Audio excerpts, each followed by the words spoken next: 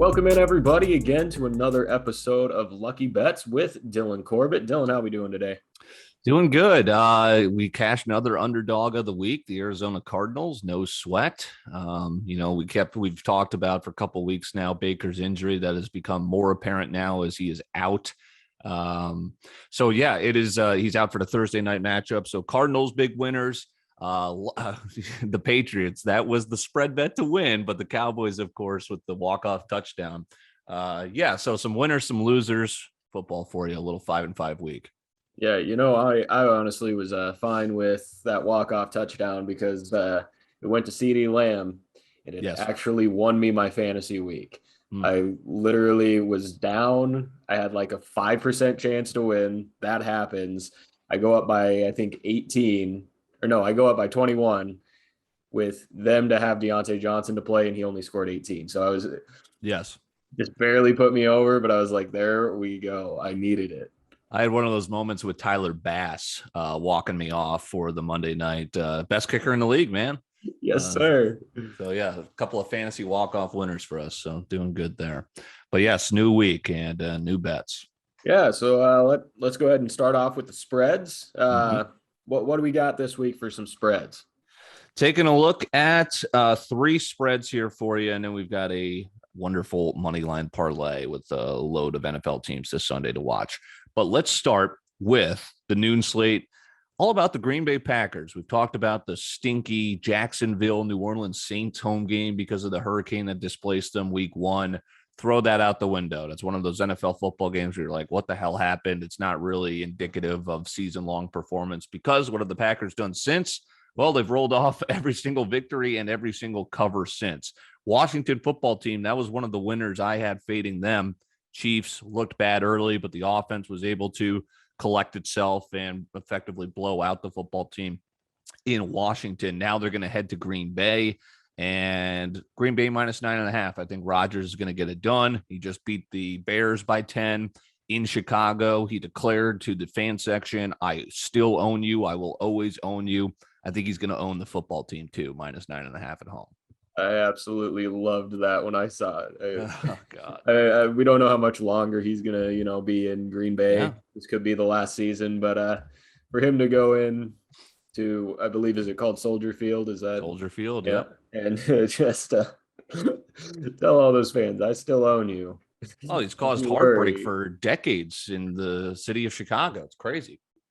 He's saying, Daddy's still home. Don't worry, folks.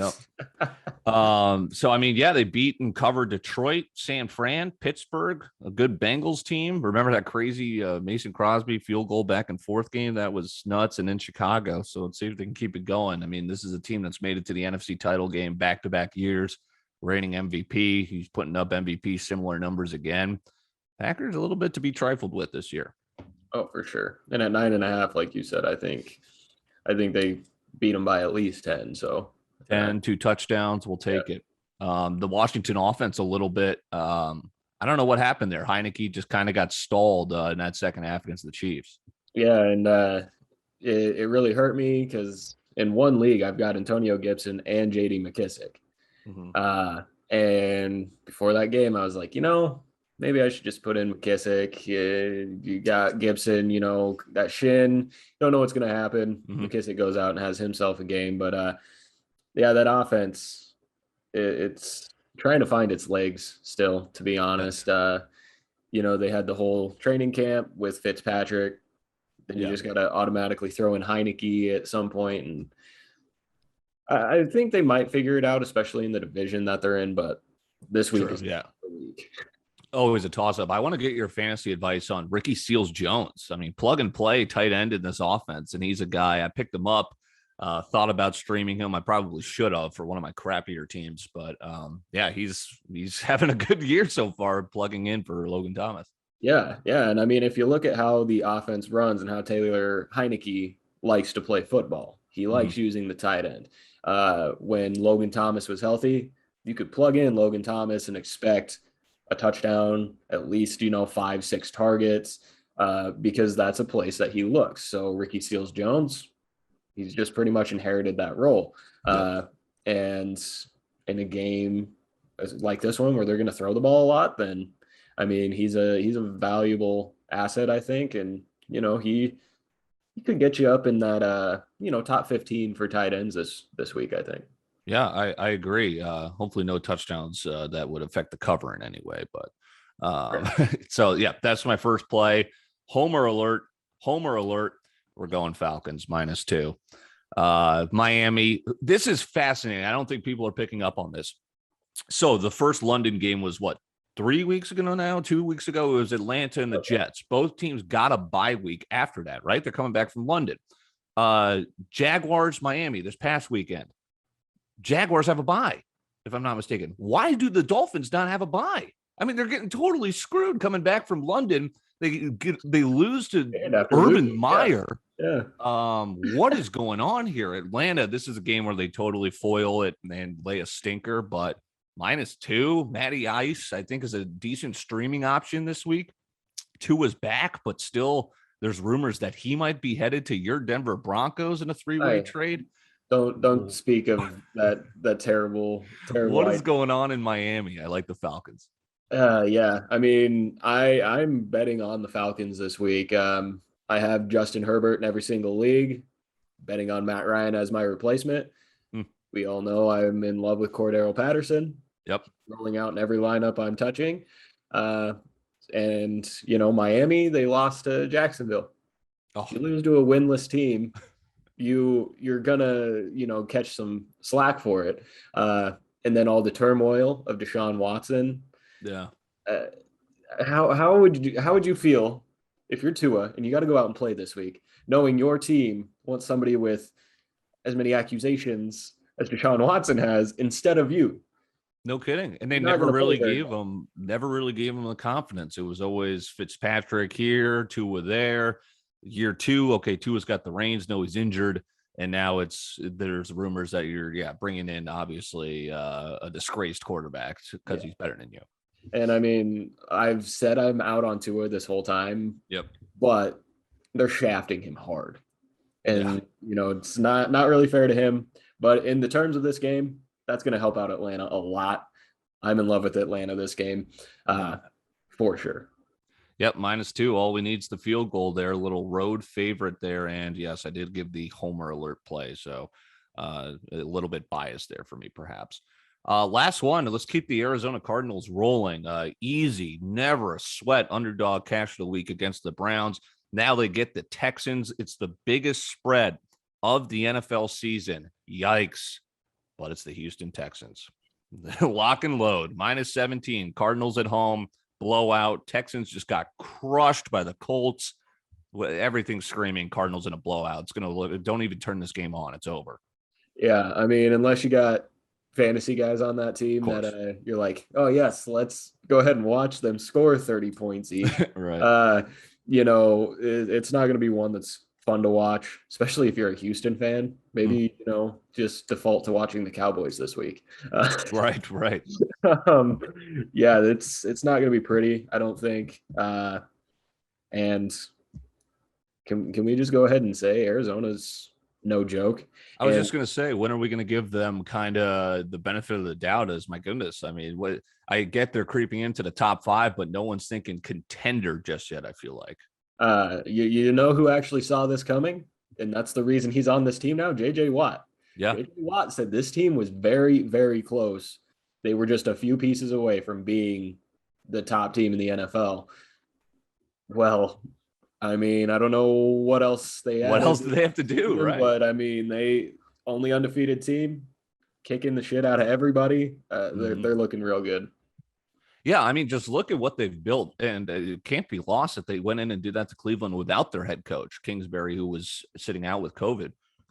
Murray. I mean, you've got even kind of Edmonds and then James Conner, a guy, again, second term running back, but a guy that had some success in Pittsburgh. Don't need him to be the star. You just need him to get a couple of carries here, touchdown here or there.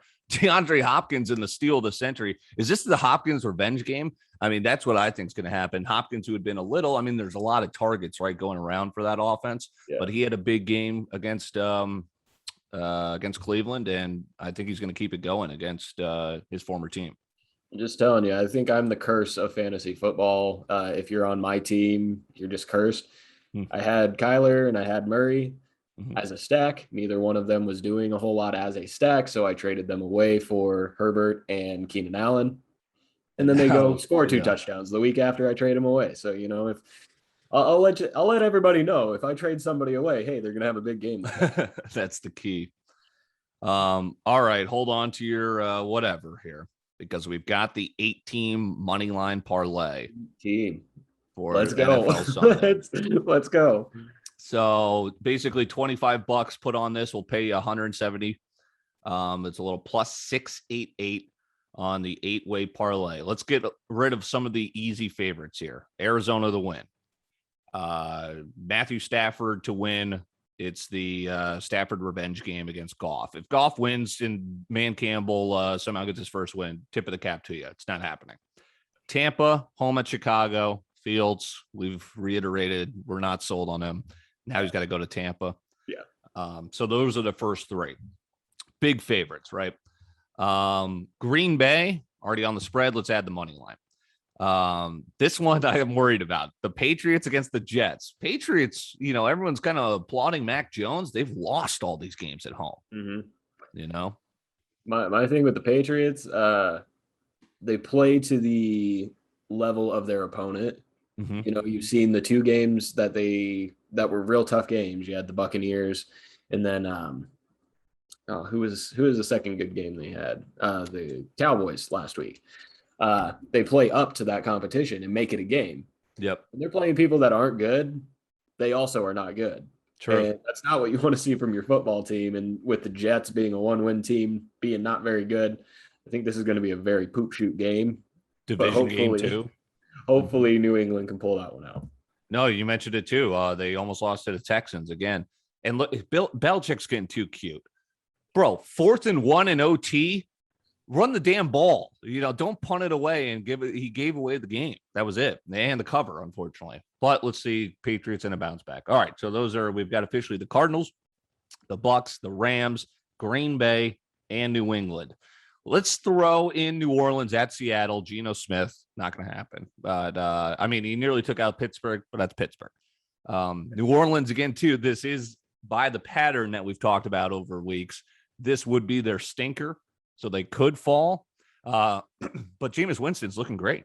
Interceptions down, taking care of the football. So I think the Saints get the road win, a game they should win at Seattle. Yeah, it's Winston and the Saints are just tough to gauge. Yep. Winston can throw for 4 touchdowns in a game and have less than 300 pass yards. How the hell do you do that? I know. Twice in a season. They finally are getting Alvin Kamara into the mix, which I don't understand why he was ever out of the mix or why they changed his role to be that workhorse running back when that's not what he is. He's your receiving running back, and that's where he, gets all of his points, gets all of your points. But we saw last week, got him into that role of Alvin Kamara, and it looked good. They looked good. Right. So let's keep it rolling. Those are the 6 of the 8 teams. Last 2, the ones I'm a little bit worried about. Colts, I'm still not sold on, but I'm equally not as sold on San Fran. Yeah. Trey Lance, what are we going to get? Throw them into the mix, San Fran at home, see if they could beat, the Colts team that's kind of just middle of the rung in the NFL. Last one. Carolina hasn't won a game without McCaffrey. I want to talk about McCaffrey a little bit too, because of course he's on the IR. Let's see. You got the New York Football Giants, Joe Judge. The quote comes out today: "The fish stinks from the head on down." What does that even mean? It means your entire team stinks, and you're pretty bad at giving quotes at that as well. That's the 18 parlay there. We've got, so here's what's interesting too, because it'll start with the first 3 games, noon, Green Bay, Carolina, New England. Okay, let's get those in the bank. Then it's Arizona, Tampa, LA. We should cruise to the afternoon games. See if we can get the Sunday night winner with San Fran. And if you're feeling a little worried about New Orleans, you have the opportunity to hedge out because that last one is Monday. So little money line parlay, 8 teams for you there, 25 to win about 172. That's it's a lot bigger than I was expecting. That's what she said. I'm messing around. All right. So Hey, go cash in on that. I think that's a decent parlay. A lot of good chances for good It's things to fun. happen. It's kind of like if you even do just like maybe not betting, but you do something at work, just kind of like a pick 'em, right? Right. A pick 'em group. This is a fun way. I kind of like doing this too. It's a parlay, so it's obviously less risk, bigger reward, but obviously harder to get to it. It's a fun way to just kind of test, like, hey, can I pick all the winners this week, or can I pick a majority of the winners this week? Because we're all going to be watching on Sunday. Speaking of pick 'em, I'm in my family pick 'em. I'm in third place, whatever. My girlfriend works for the state of South Dakota. Their office does a pick 'em. Oh yeah, We're sorry. currently in first place right now. We pick it based on confidence, doing Yeah, pretty good. So big I time. just got to toot my own horn there. Of course. Uh, so now let's hop into some prop bets. See what you think about these. Mhm. Uh, we're going to start with Patrick Mahomes. Looked pretty good last week, second half at least. First half, I don't know what the hell he was doing, but he picked it up in the second half. Yeah. This week, more or less 319 and a half yards. Is he going to have more? Is he going to have less? What do you think on that? Let me get your thoughts here as I'm pulling up his game log here because Yeah. that is a bit high. And again, that's coming off a couple of poor performances, but then he's backed it up, and Mahomes is always going to be throwing for big gains. Yeah, and I mean he's got one of the higher projections this week, which you would expect that from, you know, Patrick Mahomes Mhm. from the Chiefs. Uh it's kind of tough just because you saw what he did last week and it was against Washington. So that first Right. half, if he has that first half, it's not going to be good, but ended up with almost 400 yards. This week playing Tennessee. Yeah. I mean, they're coming off Going a to be a good real game. big win against Josh Allen, who arguably is playing on the best team in the AFC right now. Uh, 319, that's kind of a tough number, you know, just Yeah, barely. I kind of touching on your points there. You mentioned it. Washington, he explodes for 397 yards. That was his season high. In fact, if we're going by that number for what it is, he has done that just 3 times, gone over, and it's perfect 3-3, right? He had a couple of stinkers there between the Chargers, Philly, and Buffalo. But I like where you're at with this is going to be a good game. Conference game. You've had some stinking losses for the Chiefs and Mahomes in Tennessee. Like these two teams have battled it out, I feel like, for the last 3 years. And they're always in the playoffs together, it seems. I would go over because I think we're going to get a good game. And if Derrick Henry can keep doing what he's doing, Mahomes is going to have to throw back into the game. Yeah, I'm gonna go ahead and because I'm not completely sold on the Chiefs. I'm gonna say lower. I think he gets over 300, but Yeah. 319, I High think number. just barely under that. So I'm gonna go lower for that. Uh, but like you said, this is gonna be a fun game. It's gonna be just as fun Oh, as last week with the Bills, I think. yeah, I notably left out the Chiefs in a money line parlay because I could see that going either way. Yeah. That spreads at 5, but I could totally see the Titans. They've been a tough team to peg as well, but they certainly have the talent to beat the better teams. Oh, for sure. Then the second one, Chuba Hubbard. Ooh. More or less 68 yards rushing, not total, because total, I think he could get over that, but Yeah. 68 and a half on the ground. What do we think about that one? God, he's getting so much love lately since McCaffrey got out. He had the 100-yard game against Philly. I don't have Sunday ticket anymore because I cut the cord. So now I'm stuck like a simpleton watching 2 games, every Sunday. And a Right. lot of it is way too much Vikings football, unfortunately, here in Minnesota. So I watched that entire Vikings Carolina almost collapse. What was the number again? Sorry. 68 and a half. Let's go over. It's the Giants. There's nothing special there. I think they're going to use him on the ground. He just had 61 against the Vikings. Vikings a pretty solid defense. Giants are not. So let's go over there for Hubbard trending upward.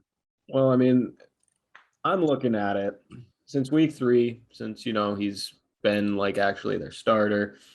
He's only gone over this number once, Mm-hmm. and it was that 100-yard game. Uh, I'm not completely sold because like against Houston, only 52. Uh, Dallas, who's not necessarily a great run defense, only had 57. Um, He got real close against the Vikings.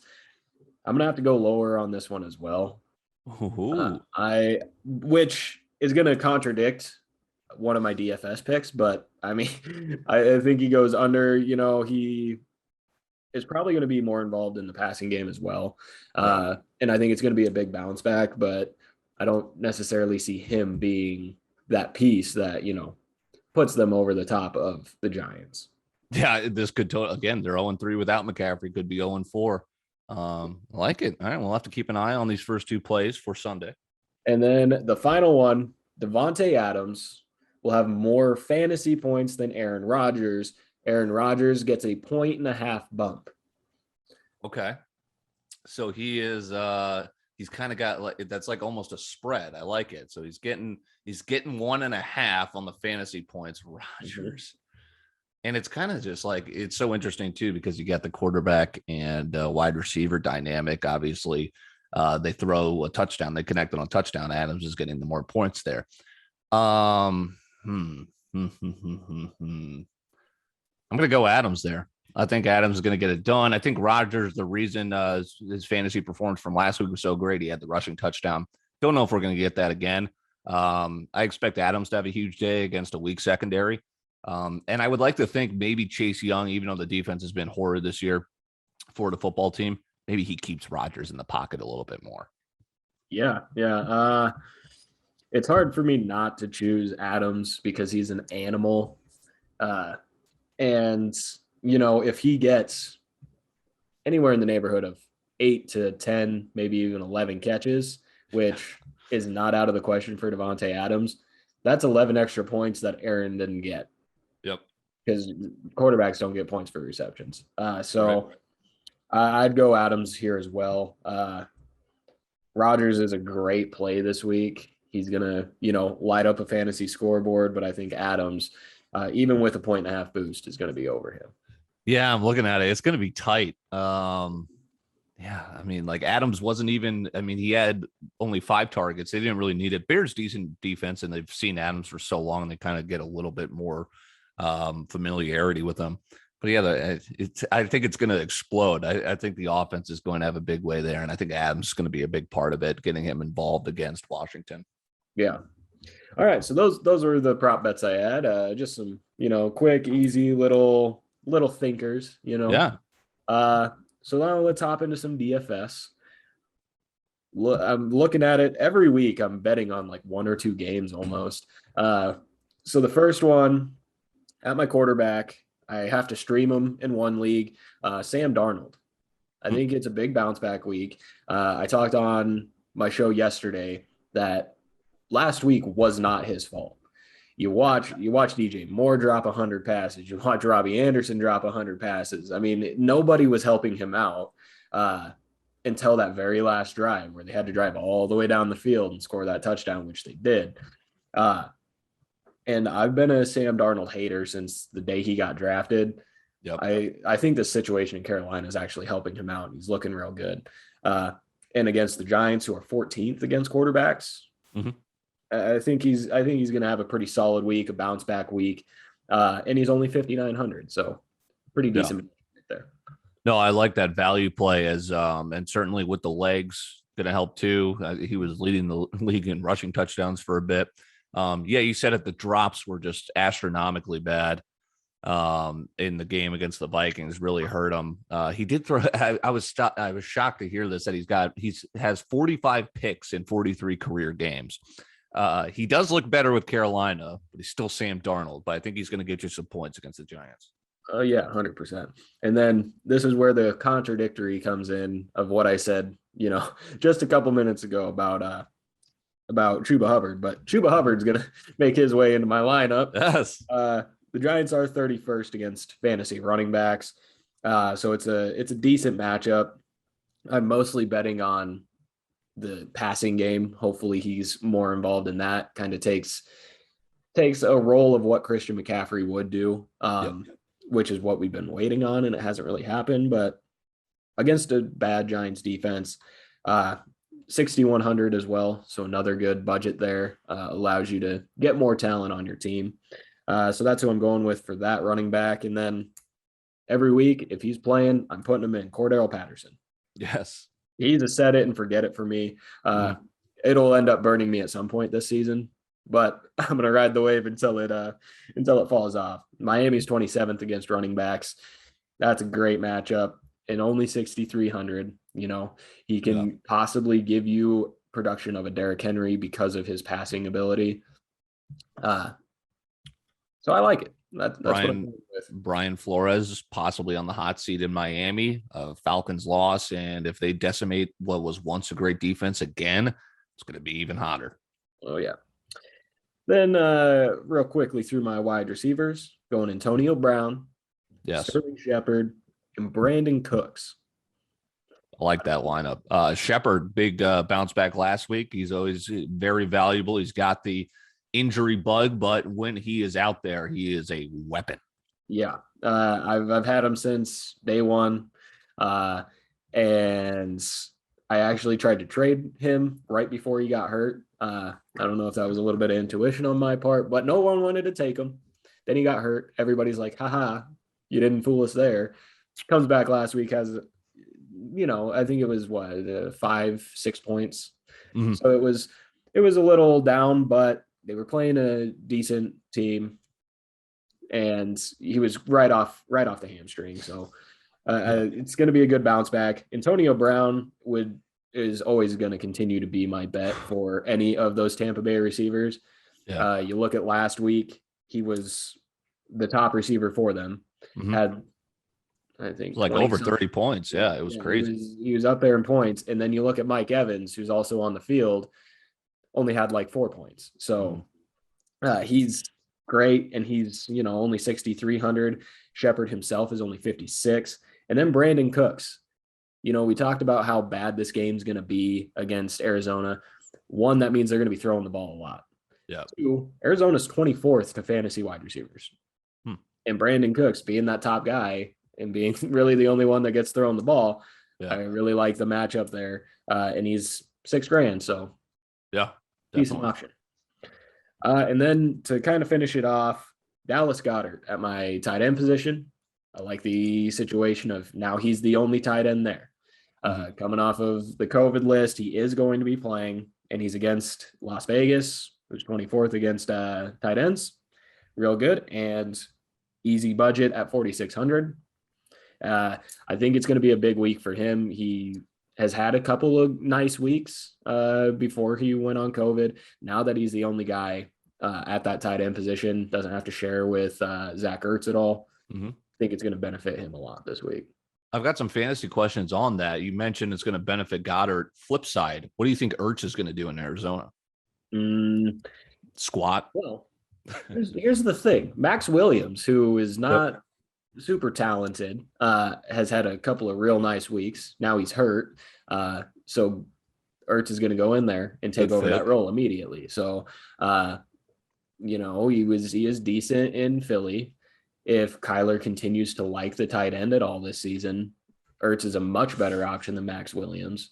So he honestly could be more playable. I think it benefits both of these tight ends fantasy wise. Certainly.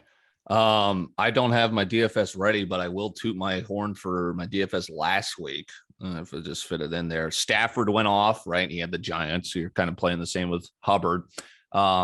This was funny. Like, Stafford goes off.